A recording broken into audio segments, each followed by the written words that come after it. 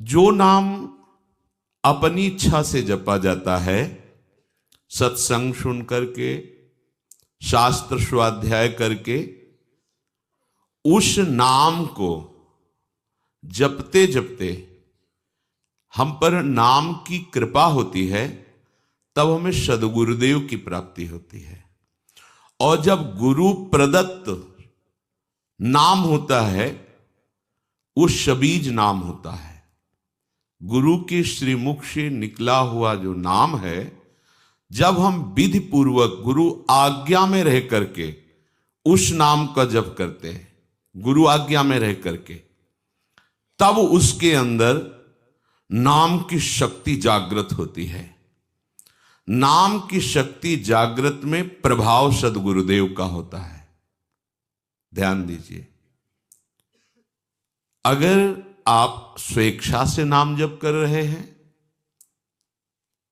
वो मंगल भवन नाम है, आपका मंगल करेगा, आपके दुरति का पाप का नाश करेगा, आपको सद्गुरु की प्राप्ति कराएगा। वो व्यर्थ नहीं जाएगा, पर उससे दिव्य लीला में आप प्रवेश पा जाएं, असंभव। वो मार्ग ही है। जब सद्गुरुदेव भगवान नाम प्रदान करते हैं और हम उनकी आज्ञा में रहकर नाम जप करते हैं, तो गुरुदेव की शक्ति के प्रभाव से हमारे हृदय में अधिकार बनने लगता है बीज मंत्र प्राप्त करने का। बड़ा सुंदर क्रम है। सद्गुरुदेव जब उसको देखते हैं कि ये इष्ट मंत्र का अधिकारी हो गया है, गुरु प्रदत्त नाम, सबीज नाम गुरु अनुशासन में जपते जपते, जब गुरुदेव की कृपा शक्ति से उसके स्थूल शरीर, ये पांचभौतिक, ये पवित्र, और सूक्ष्म शरीर मन चित्त बुद्धि अंतःकरण पवित्र, और कारण शरीर स्वभाव का परिवर्तन, तब गुरुदेव उसे बीज मंत्र देते हैं। बीज मंत्र ये विशुद्ध भावदेह की प्राप्ति कराता है। बीज मंत्र के क्रम विकास से उसमें दिव्यता का प्रादुर्भाव होता है।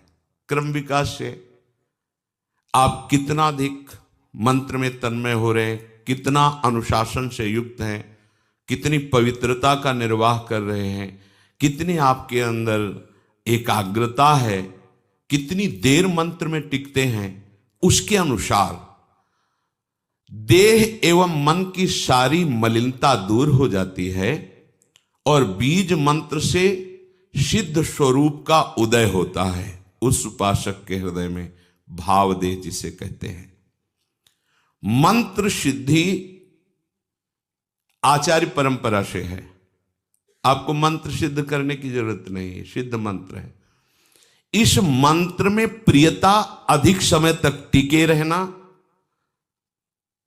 बहुत समय तक निज मंत्र ही चल रहा है, इससे आपकी पहले भूत शुद्धि होगी, पंचभूत आपके शुद्ध होंगे जिनसे शरीर रचा है, फिर चित्त शुद्ध होगा, इसके बाद स्वभाव शुद्ध होगा आपका।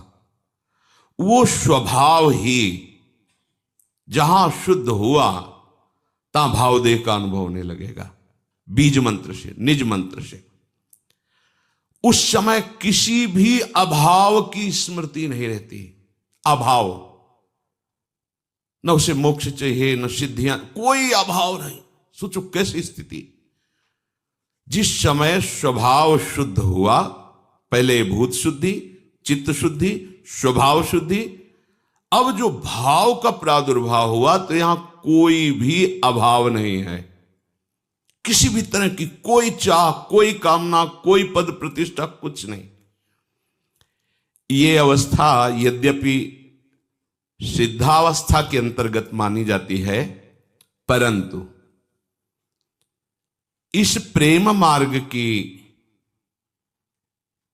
इस अवस्था में माता के गर्भ से उत्पन्न मलिन देह से प्रवेश नहीं हो सकता।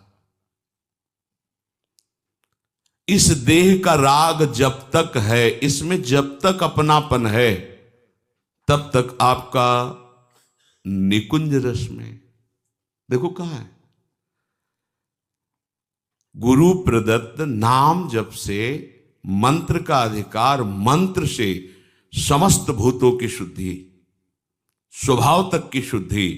अब भावदेह का प्रादुर्भाव, माता के गर्भ से उत्पन्न हुए देह से प्रवेश नहीं है, भाव देह से, गुरु प्रदत्त मंत्र से उप्रगट हुआ जो देह है उससे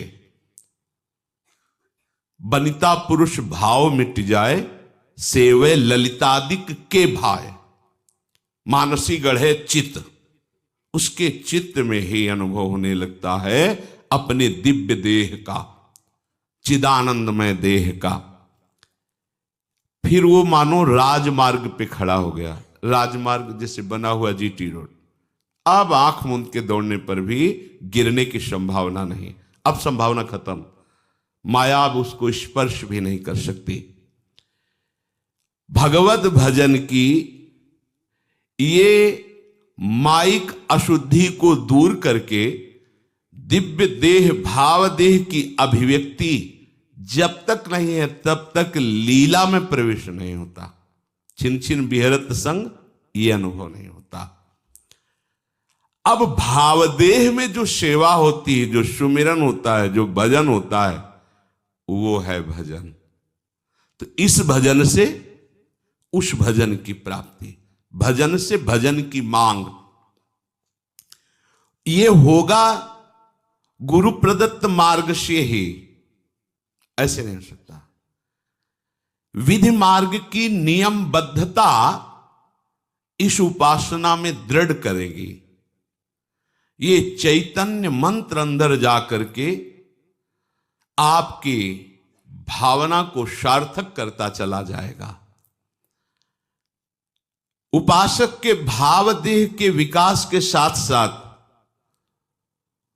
उसके सामने उसके आराध्य देव का ज्योतिर्मय धाम, आराध्य देव की गूढ़ रस रीति प्रकाशित होने लगती है। ध्यान दीजिए, पर यह जान लेना चाहिए कि यह बात उसी के लिए है जो गुरु प्रदत्त बीज मंत्र का अनुष्ठान कर रहा है, निरंतर अनुशासन में रह करके। ये मंत्र वाच्य वाचक अभेद स्थिति पैदा कर देता है, अर्थात ये निज मंत्र ही नवनिवृत्त निकुंज विलासी युगल सरकार और उनकी आंतरिक प्रीति, मन मन की रुचि जानी, ये सामर्थ्य प्रदान करता है। गुरु प्रदत्त बीज मंत्र जब पवित्र साधक के हृदय रूपी खेत में पड़ता है तो इष्ट रूपी फसल तैयार हो जाती है। इसी बीज से वृक्ष का प्रादुर्भाव होता है, निकुंज का। गुरु प्रदत्त मंत्र में प्राणों से भी अधिक जिसे प्यार है वही इसको प्राप्त कर पाता है। इस बीज मंत्र से प्राकृतिक जितनी भी सृष्टि है सबसे स्वाभाविक अरुचि पैदा हो जाती है और उसमें गुरु शक्ति का आधान होते ही इष्ट का स्वरूप प्रकाशित हो जाता है। नाम नामी जैसे अभेद है वैसे ही मंत्र और निकुंज अभेद है। इस उपासना की विशेषता यही है, गुरु अनुशासन में रहकर उपासना करना। ज्योतिर्मय धाम, ज्योतिर्मय रूप, ज्योतिर्मय लीला, अब ये भजन का प्रभाव प्रकाशित हुआ। वो उपासक भले दिखाई देता है शरीर में है, पर वो शरीर में रहते हुए भी शरीर में नहीं रहता। वो अपने ज्योतिर्मय धाम में धामी श्यामा श्याम की नित्य सेवा में अपने भाव देश से रहता है। शरीर छूटे या बना रहे इससे कोई फर्क नहीं पड़ता। शरीर रहते ही वो इस अवस्था को प्राप्त हो जाता है। ये प्रेम की चरम अवस्था है। अब ऐसे महापुरुष में और इष्ट में बिल्कुल कोई अंतर नहीं रह जाता। विगलित होकर के एकीभूत हो जाता है। अब वो रस स्वरूप हो जाता है।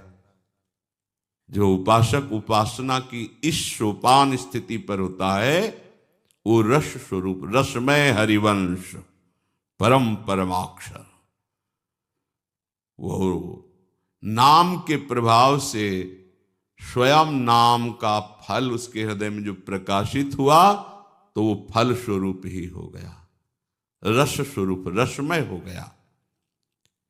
ये प्रेम की महाअद्वैत स्थिति है। प्रेम की इस अवस्था में जो स्थायी भाव स्वरूप प्राप्त हुआ, अब वो नित्य लीला का अधिकारी हो गया।